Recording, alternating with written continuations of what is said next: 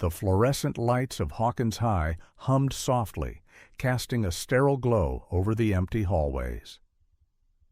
It was well past midnight, and the only sound breaking the silence was the rhythmic squeaking of a mop against the tiled floor. Leonard Lenny Graves, the school's janitor, worked in solitude, his weathered hands gripping the wooden handle with practiced ease. He had been at this job for 5 years, keeping to himself, taking out the trash, scrubbing graffiti off bathroom walls. No one at the school knew much about him, and that's exactly how he liked it. That night, however, something felt off. He had noticed them earlier, 3 kids loitering near the gym entrance, their hushed voices sharp against the stillness.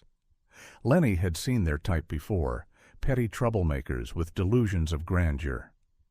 As he made his rounds, he spotted them again outside the faculty lounge, whispering in excitement as they fumbled with a manila folder. Then they noticed him. The leader, a scrawny kid with greasy hair named Jason, smirked and waved him over.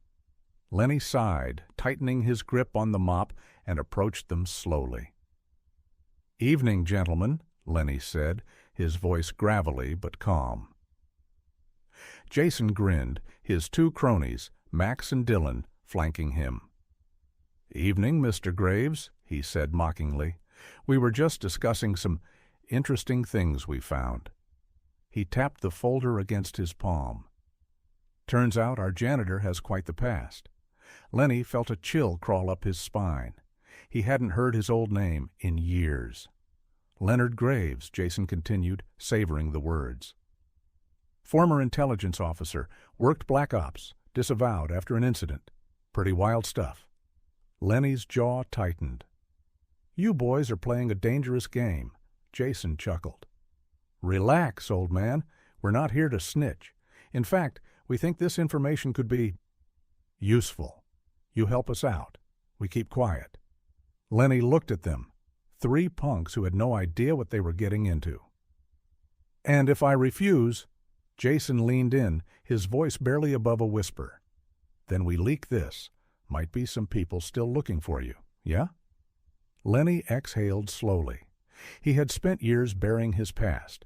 The agency had wiped his records, but clearly not well enough. He stared at Jason, then at the folder. These kids thought they had power. They had no idea who they were dealing with. Lenny's answer came swift and unexpected. In one fluid motion, he grabbed Jason's wrist and twisted. The folder fell to the ground as Jason yelped in pain. Before the other 2 could react, Lenny shoved Jason back and stepped over the scattered pages. "Listen carefully," Lenny said, his voice ice cold. "You don't understand the world you just stepped into." Dylan, the tallest of the 3, pulled out a switchblade, but Lenny barely reacted. Instead, he moved, fast. In a heartbeat, he twisted Dylan's wrist, sending the knife clattering to the floor. With a swift kick, Max was on his back, gasping for air.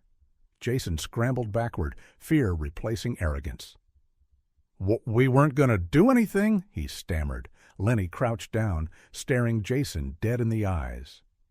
"You think you're the first punk to try blackmailing me? The people who did?" He leaned in. "They don't exist anymore." The 3 boys shivered.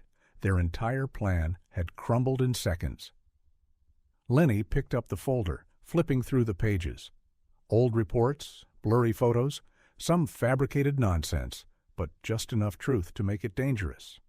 He sighed. "Where did you get this?" Jason swallowed. "A guy online. He sells info. Said it was an easy score."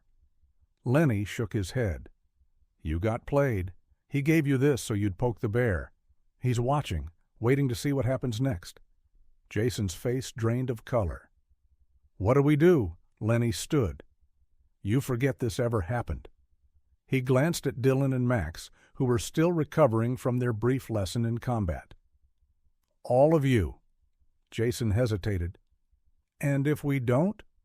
Lenny stared at him, expression unreadable. "Then you'll learn what nothing to lose really means." Jason nodded quickly. "Understood." Lenny watched as they scrambled away, leaving the folder behind. He stared at it for a moment before tossing it into his mop bucket, letting the water turn the ink into meaningless smudges. He had spent years cleaning up other people's messes. Tonight, he had cleaned up his own. As he picked up his mop and resumed his work, he couldn't help but smile.